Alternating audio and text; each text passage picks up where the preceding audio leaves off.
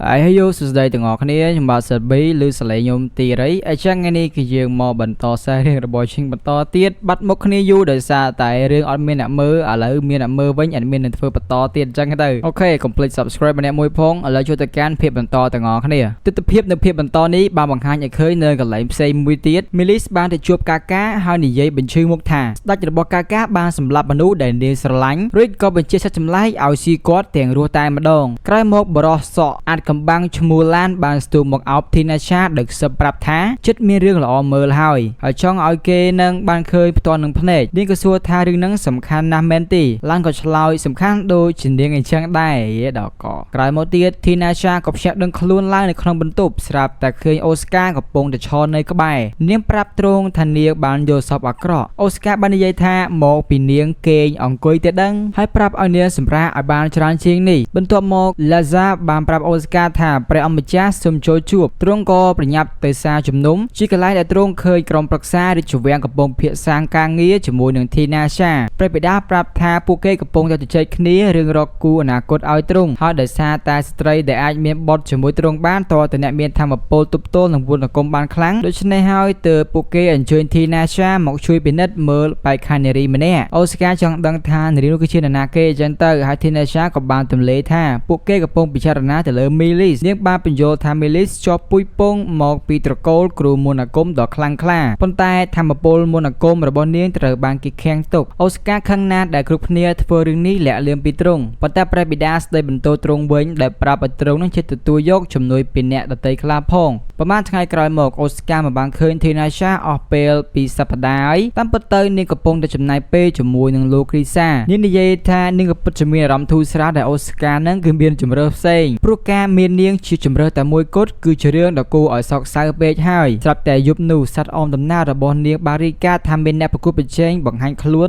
នៅប៉មរបស់នាងអ្នកនោះគឺគ្មាននរណាក្រៅពីអូស្ការឡើយហើយទ្រង់ថែមទាំងបានបង្កើតកំណត់ត្រាថ្មីក្នុងការយកប៉មបានលឿនបំផុតទៀតផងទ្រង់បានចាប់កាន់មុខរបស់នាងហើយសួរតែបង្ខំថាតើនាងកំពុងតែលាក់បាំងអ្វីនាងបានបញ្យល់ថាបណ្ដាសារបស់ទ្រង់គឺត្រូវបានបង្កើតឡើងពីការស្អប់ខ្ពើមប៉ុន្តែវាបែរជាគួរឲ្យមានភាពស្រស់ស្អាតម្យ៉ាងដែលគួរឲ្យចម្លែកដែលធ្វើឲ្យនាងដឹងថាសេចក្តីស្រឡាញ់និងការស្អប់ខ្ពើមគឺប្រៀបដូចជាកាក់តែមួយដែលមានពីរជ្រុងអូស្ការសង្កេតមើលថានាងកំពុងតែភ័យខ្លាចអ្វីម្យ៉ាងទ្រង់ក៏បានសូមឲ្យនាងធ្វើអាហារពេលល្ងាចឲ្យទ្រង់ពិសាដើម្បីបន្ធូរអារម្មណ៍ប្រហែលថ្ងៃក្រោយមកមេតបអាល់បានទៅជួបធីណាឆាហើយប្រាប់ថាពួកគេមិនអាចរកឃើញផតាំងណាមួយដែលបញ្ជាក់ថា Millis ពិតជាត្រូវបានមេតបអេឌីតនាំមកមែននោះទេប្រវត្តិរបស់នាងគឺគ្មានទិន្នន័យសោះធីណាឆាបានបង្ហើបប្រាប់ថាតាំងពីនាងម្ដងដំបូង Millis បានក្លាយជាស្ត្រីខ្លាំងបំផុតនៅក្នុងនគរមួយនេះក្រៅពីពួកមេធ្មប់ពួកគេទាំងពីរក៏សន្និដ្ឋានថានាងពិតជាកំពុងតែលាក់បាំងអ្វីមួយពិតមែនភ្លាមនោះពួកគេក៏បានឃើញនាងដាកាត់ហើយមេតបអាសក៏បានសូមឲ្យធីណាឆានឹងធ្វើពុតជាថាបគាត់ដើម្បីសាកល្បងប្រតិកម្មនាងពេលឃើញទស្សនវិជ្ជានោះហើយ Millis ក៏បានយល់ច្រឡំនាងជឿថារឿងនេះនឹងជួយឲ្យនាងដឹងអំពីគោលបំណងពិតរបស់ខ្លួនប៉ុន្តែអ្វីដែលពួកគេមិនបានដឹងនោះគឺថាអូស្ការបានឃើញទស្សនវិជ្ជានោះពីបង្អួចហើយក៏យល់ច្រឡំដូចគ្នាផងដែររឿងរ៉ាវវាកាន់តែចាប់ផ្ដើមច្បោកច្បល់ឡើងហើយក្រោយមកទ្រង់បានហៅធីណាឆាឲ្យចូលបន្ទប់ធ្វើការដើម្បីសួរថានាងបានធ្វើអ្វីខ្លះពេញមួយថ្ងៃនេះធីណាឆាក៏បានចាប់ផ្ដើមសម្គាល់ឃើញភ្លាមនៅអ្វីខុសម្យ៉ាងមិនស្រួលពេលនាងព្យាយាមប៉ាមុខទ្រង់បែរជាដាក់ខ្នោះដៃរបស់នាងហើយនិយាយយ៉ាងម៉ឺងម៉ាត់ថាបងមិនបាននាំអូនមកទីនេះដើម្បីឲ្យលេងសើចស្នេហាជាមួយនឹងប្រុសផ្សេងនោះទេទ្រង់ចោទថានាងបានក្បត់ទំនុកចិត្តរបស់ទ្រង់ហើយឥឡូវនេះទ្រង់នឹងដាក់ទោសនាងបន្ទាប់មកទ្រង់ក៏បានបីនាងឡើងដែលធ្វើឲ្យនាងនឹកឃើញដល់សុបិនអាក្រក់របស់នាងពេលដែលទ្រង់ដាក់ទៅលើក្រែនាងក៏បានចាប់ផ្ដើមមានអារម្មណ៍ភ័យខ្លាចរួចពេលនោះអូស្ការក៏បានឈប់ធ្វើពុតហើយសុំទោសនាងដែលបញ្ជាក់ថាទ្រង់គ្រាន់តែព្យាបំភ័យនាងលេងតែប៉ុណ្ណោះបន្ទាប់ពីធីណាឆាបានបញ្យល់គ្រប់យ៉ាងដល់ទ្រង់រត់តែមានវិបដិសារីចំពោះទង្វើរបស់ខ្លួនទៅទៀតព្រមមុននេះបន្តិចទ្រង់ទៅតែបានវាយមេតបអាស្ទើទ្រាំខ្លួនដោយសារតែរឿងមួយនេះក្រោយពីបានសេចបន្ទោសបន្តិចបន្តួចអំពីរឿងដែលនាងបានលាក់លៀមទ្រង់ក៏បានទៅជួបព្រះមហាក្សត្រហើយប្រកាសសាធារណៈថាទ្រង់ស្រឡាញ់ធីណាឆាហើយដូច្នេះហើយទ្រង់ក៏មិនព្រមទទួលនរណាផ្សេងក្រៅពីធីណាឆាមកធ្វើជាមហាសីដែរបន្ទាប់មកទ្រង់ក៏បែរទៅរក Millis ហើយប្រាប់នាងថាទ្រង់មិនបានប៉ះពាល់នាងជាដាច់ខាតទ្រង់ក៏បានបញ្ជាឲ្យដកនាងចេញពីតំណែងដើម្បីធ្វើការត្រួតពិនិត្យប្រវត្តិរបស់នាងឡើងវិញពេលដែលឡាហ្សាកំពុងតែនាំនាងចេញទៅរបាំងការពារមួយក៏បានបាត់ទៅហើយ Millis ក៏បានឆ្លៀតឱកាសវេប្រហារមកលើពួកគេអូស្ការព្យាយាមនឹងធីណាឆាចេញប៉ុន្តែមន្តអាគមរបស់ Millis បានត្រូវច ចំនាងហើយធ្វើឲ្យនាងងងឹតភ្នែកម្ខាងបន្ទាប់ពីដោះខ្នោះដៃចេញធីណាសាបានប្រាប់ឲ្យអូស្ការនៅឲ្យឆ្ងាយព្រោះឈាមរបស់នាងធ្វើឲ្យរបាំងការពាររបស់ទ្រង់ចុកខ្សោយនៅពេលដែលមីលីសបង្ហាញធាតុពិតរបស់នាងធីណាសាបានប្រាប់ឲ្យអ្នកទាំងអស់គ្នាផ្សេងទៀតចាក់ចេញដើម្បីឲ្យនាងអាចប្រយុទ្ធបានពេញកម្លាំងប៉ុន្តែដោយសារធីណាសាមិនអាចប្រយុទ្ធបានស្រួលដោយសារតែភ្នែកម្ខាងរបស់នាងអូស្ការក៏បានសម្រេចចិត្តចូលទៅជួយខណៈពេលដែលទ្រង់កំពុងតែប្រយុទ្ធជាមួយនឹងសត្វចម្លែកធីណាសាបានស្រែកប្រាប់ឲ្យទ្រង់ចាប់មីលីសទាំងរស់ដើម្បីអាចសួរនាំអំពីគោលបំណងរបស់នាងក្រោយពីប្រឡល្បិចកំចាត់សត្វចម្លែកបានហើយធីណាសា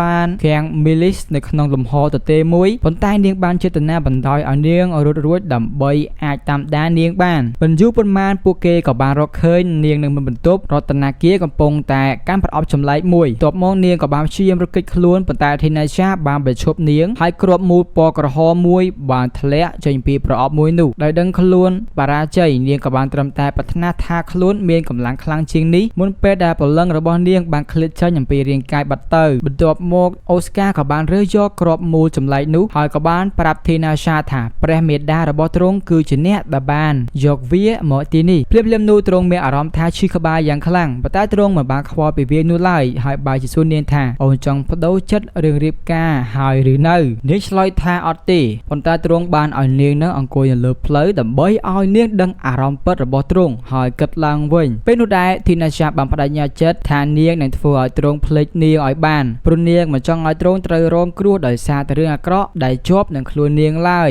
បន្ទាប់មកទ្រង់ក៏បានប្រាប់ឲ្យនាងសម្រាកទៅតែពេលទ្រង់សុំគេងជាមួយនឹងនាងដែរនាងក៏បានថេទ្រង់ចេញពីបន្ទប់បាត់ផងដែរចំណែកអាឡានដែលជាស្ដេចនៃនគរកូស្កាល់បានដុតបំផ្លាញភូមិមួយដែលគ្មានសល់ហើយប្រកាសថាយុគសម័យថ្មីជិតចាប់ផ្ដើមហើយនគរធំទាំង4នឹងក្លាយទៅជាអ្នកដួលរលំមុនគេពេលដែលធីណាសាដឹងរឿងមួយនេះនាងក៏ពិតជាមានការឆ្ងល់ខ្លាំងហេតុអីបានជាឡានចាប់ផ្ដើមធ្វើសកម្មភាពឡើងវិញបន្ទាប់ពីស្ងប់ស្ងាត់អស់រយៈពេល400ឆ្នាំយប់នោះនាងក៏បានលួចទៅមើលអូស្ការកំពុងតែគេងលក់ហើយនិយាយក្នុងចិត្តថានាងចង់បិទអារម្មណ៍របស់ខ្លួនឯងចោលជាជាងឲ្យវាមកគ្រប់គ្រងនាងជឿថាទាំងសេចក្តីស្រឡាញ់និងការស្អប់ខ្ពើមសុទ្ធតែនាំទៅរកសេចក្តីស្លាប់តែប៉ុណ្ណោះដូច្នេះនាងបានប្រាមន្តអាគមមួយដាក់ទៅលើអូស្ការដើម្បីការពារទ្រង់អំពីរឿងបែបនេះព្រឹកឡើងអូស្ការភ្ញាក់ឡើងឃើញខ្លួនទ្រង់គឺពោពេញទៅដោយស្នាមក្រហមហើយធីណាសាកំពុងតែគេងនៅក្បែរនាងបានប្រាប់ទ្រង់ថានាងបានដោះបណ្ដាសាចាស់របស់ទ្រង់បានហើយដោយប្រើបណ្ដាសាថ្មីមួយទៀតដាក់ពីលើមុនពេលនាងទៅគេងបាត់ទ្រង់ក៏បានចាប់ដៃនាងហើយអរគុណក្រោយមកធីណាសាត្រូវបានគេអញ្ជើញឲ្យចូលរួមពិធីខួបកំណើតរបស់ព្រះមហាក្សត្រដែលធ្វើឲ្យនាងមិនសប្បាយចិត្តតតែសោះពេលនោះដែរធីណាសាក៏បាននាំដំណឹងមកថាគ្រោះមន្តអាគមរបស់កូស្កាល់បានដុតទីក្រុងមួយនៅជិតព្រំដែនដែលធ្វើឲ្យពួកគេមានការសង្ស័យថានេះអាចជាការសងសឹកធីណាសាបានសូមប្រគល់នាងឲ្យទៅអូស្ការមើលថែហើយទ្រង់ក៏បានយល់ព្រមនាងក៏ស្ទុះទៅអង្គុយនៅលើផ្លូវទ្រង់ហើយថាបទ្រង់ដែលធ្វើឲ្យទ្រង់សោយយ៉ាងខ្លាំងយប់នោះធីណាសាបានចូលរួមពិធីជប់លៀងជាមួយនឹងអូស្ការក្នុងនាមជាគូដណ្ដឹងខ្លែងខ្លាយរបស់ទ្រង់នៅទីនោះទ្រង់បានជួបជាមួយនឹងព្រះនាងស៊ីស៊ីលៀដែលជាប្អូនស្រីរបស់ព្រះអម្ចាស់ Rose នាងបានប្រាប់អូស្ការឲ្យជប់ខ្វល់អំពីរឿងឯកជនរបស់ប្រទេសនាងទៅក្នុងពេលជាមួយគ្នានោះធីណាសាក៏បានឃើញអូស្ការចាក់ចេញពិសាជាមួយនឹងស៊ីស៊ីលៀហើយនាងដឹងថាទ្រង់ហៀបនឹងទៅធ្វើរឿងមិនល្អហើយនាងក៏ចេញទៅស្រូបខ្យល់អាកាសនៅខាងក្រៅប៉ុន្តែនាងក៏បែរជាសង្កេតឃើញអ្វីមួយយ៉ាងចម្លែកនាងបានប្រើឈាមរបស់នាងផ្ទាល់ដើម្បីពង្រីករបាំងការពាររបស់អូស្ការឡើងវិញហើយប្រាប់ទ្រង់ថាកុំមកជឿជ្រែករឿងរបស់នាងឲ្យសោះរូបពេជ្រនោះទ្វារកំបាំងមួយក៏បានលេចឡើងហើយឡានក៏បានដើរចេញមកដោយប្រកាសថាគេមកយកនាងត្រឡប់ទៅវិញធីណាសារំភើបចិត្តខ្លាំងណាស់ហើយក៏ស្ទុះទៅអោបគេឡានបានអញ្ជើញឲ្យនាងទៅនគរកូស្កាល់ក្នុងឋានៈជារាជនីហើយនាងក៏ទទួលយកដោយរីករាយពេលដែលឡានមានបំណងសម្លាប់អូស្ការធីណាសាបានខត់គេនាងប្រាប់អូស្ការថាបណ្ដាសាសរបស់ទ្រង់បានរលាយបាត់ទៅហើយកិច្ចសន្យារបស់ពួកគេក៏ជិតដល់ទីបញ្ចប់ដែរដោយមានអារម្មណ៍គិតថាមានអ្វីមួយយ៉ាងមិនស្រួលទ្រង់ក៏បានព្រមបណ្ដាឲ្យធីណាសាទៅជាមួយនឹងឡានហើយបន្ទាប់ទ្រង់ក៏បានសម្រេចចិត្តទៅជួបលោកគ្រីសា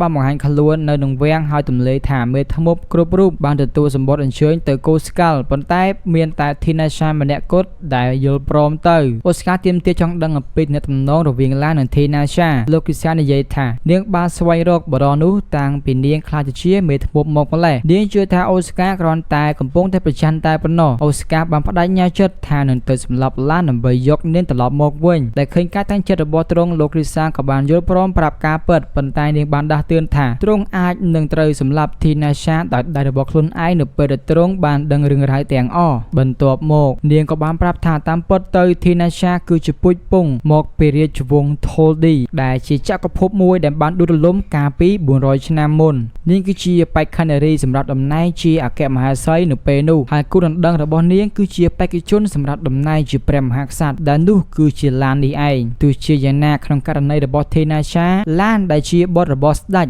បានប្រែជាខ្សោយជាងនាងឆ្ងាយណាស់ហើយទោះបីជាគេដឹងថាគេនឹងខ្លាចជាត្រឹមតែព្រះស្វាមីរបស់នាងក៏ដោយក៏គេនៅតែប្រព្រឹត្តចំពោះនាងដោយក្តីមេត្តាប៉ុន្តែព្រះរាជវាំងត្រូវបានបែងចែកជាពីរបកពួកដែលចង់បានអនាគតខុសគ្នាសម្រាប់នគររបស់ពួកគេព្រះមហាក្សត្រមានការតានតឹងចិត្តក្នុងហឫទ័យយ៉ាងខ្លាំងរហូតដល់ធ្លាក់ព្រះកាយប្រឈួនដែលបានបើកឱកាសឲ្យបកពួកទាំងពីរចាប់ផ្ដើមធ្វើសង្គ្រាមស៊ីវិលនឹងគ្នាប៉ុន្តែដោយសារតែធីណាសាគឺជាអ្នកដែលត្រូវបានគេកំណត់ឲ្យឡើងសោយរាជ្យជាមិនខានបកពួកដែលគ្រប់គ្រងឡានក៏បានរៀបចំផែនការមួយយប់មួយឡានបាន3នាងចូលទៅក្នុងព្រះវិហារខណៈដែលនាងកំពុងតែលងលក់ហើយមុនពេលដែលនាងអាចនឹងដឹងមានរឿងអ្វីកើតឡើងបានគេក៏ចាប់ផ្ដើមចាក់នាងត្រង់ពោះតែម្ដងគេបានរៀបគម្រោងនឹងចាក់នាងម្ដងហើយម្ដងទៀតហើយឲ្យគ្រូមន្តអាគមព្យាបាលជាបន្តបន្ទាប់ដើម្បីឲ្យគេអាចបញ្ចេញធម្មពលពិតរបស់នាងហើយលួចយកវាមកជារបស់ខ្លួនប៉ុន្តែអ្វីមិនបានប្រព្រឹត្តទៅតាមផែនការនោះទេហើយធម្មពលរបស់នាងក៏បានខ្លាចទៅជាគ្រប់គ្រងលែងបានខណៈពេលដែលឡានរកិច្ចខ្លួនរួចពីភាពច្បូរច្បល់នោះការផ្ទុះដ៏ធំមួយបានបំផ្លាញប្រទេសទាំងមូលគ្មានសល់ហើយទោះបីជារបួសរបស់ធីណាសាបានជាសះស្បើយក៏ដោយក៏នាងត្រូវដេកនៅទីនោះរយៈពេល3ថ្ងៃដោយការឈឺចាប់ដែលមិនអាចទ្រាំទ្របានអ្នកដែលស្លាប់ត្រូវបានបឺតយកព្រលឹងរបស់ពួកគេហើយផលវិបាកបានបង្កឲ្យបឹងវេទមន្តចំនួន5នៅទូទាំងពិភពលោកបន្ទាប់មកនាងបានភ្ជាប់ពីការសន្លប់ហើយធីណាសាបានក្លាយទៅជាមេធ្មប់ដូច្នេះនាងបានសាងសង់ពណ៌មួយកន្លែងដែលចក្រភព Toldi ធ្លាប់ស្ថិតនៅហើយចាប់តាំងពីពេលនោះមកនាងក៏បានចេញរកមើលឡានអូស្ការបានសួរថាតើធីណាសាមានអារម្មណ៍យ៉ាងណាចំពោះទ្រង់ដែរហើយលោកគ្រីសានិយាយថានាងយកចិត្តទុកដាក់ចំពោះទ្រង់ខ្លាំងណាស់រហូតដល់នាងបានបិទបាំងវេទមន្តរបស់ទ្រង់មុនពេលឡើងមកដល់ដូច្នេះទ្រង់ក៏បណ្ដោយឲ្យទៅរឿងរ៉ាវវាកាន់តែស៊ីជម្រៅហើយអញ្ចឹងយើងចាំមើលពីបន្តទៅគ្នាថាវាទៅជាយ៉ាងណាអរគុណច្រើនអ្នកទាំងអស់គ្នាជួបគ្នាវីដេអូក្រោយបាយ